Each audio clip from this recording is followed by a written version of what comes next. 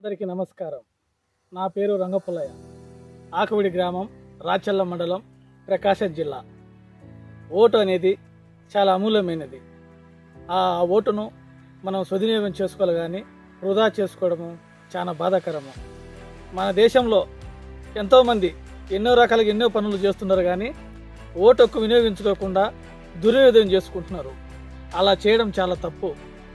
నా కుటుంబ సభ్యులను, నేను అందరము ఓటు ఉదయాన్నే పోయి ఓటు వేయించి మళ్ళా మిగతా, నేను ఆటో డ్రైవర్ను, ఒక సామాన్యమైన ఆటో డ్రైవర్ను. నేను నా కుటుంబ సభ్యులను ఓటు వేయించిన తర్వాత మళ్ళీ మిగతా టైంలో పక్కవారిని, వృద్ధులను, వికలాంగులను, కొంతమంది పేషెంట్లను కూడా నా ఆటోలో స్వయం కృషిగా ఉచితంగా తీసుకుపోయి ఓటు వేయించి నా వంతుగా నా దేశానికి, నా రాష్ట్రానికి ఉపయోగపడాలనే తాపత్రయంతో నేను చేస్తున్నా. ఇదేమి డబ్బు కోసం కాదు, ఇంకో ఏరే విధంగా కాదు. నా దేశం మీద ప్రేమతో, అభిమానంతో చేయిస్తూ ఉంటాను. ఇది అందరూ ప్రతి ఒక్కరు పాటించాలి. ప్రతి ఒక్కడు ఓటు వేయలేని వాడు సమాజంలో చనిపోయినంత సమానము.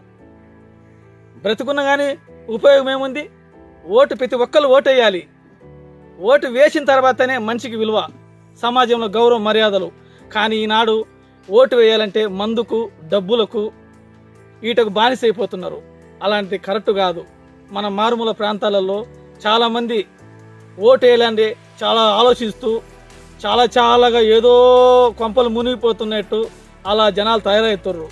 అలా కావడం కరెక్ట్ కాదు. ఎవరు నాయకుడు, సమర్థుడైన నాయకుడు ఎవరు పరిపాలన బాగా సరిగ్గా చేస్తారు, ఎవరైతే మన రాష్ట్రానికి మంచి మార్గం నడిపిస్తారో వారికే మనం ఓటేద్దాం. వేయించి మన శాయశక్తుల పోరాడదాం. అప్పుడే మన రాష్ట్రానికి, మన దేశానికి ఎంతో అమూల్యము, ఎంతో దానికి విలువ. మన ఓటు ఒక వజ్రంతో సమానం. వజ్రానికి ఎంత విలువ ఉందో మన ఓటుకు కూడా అంత విలువ.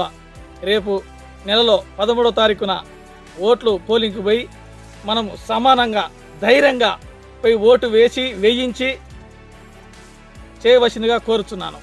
జై హింద్.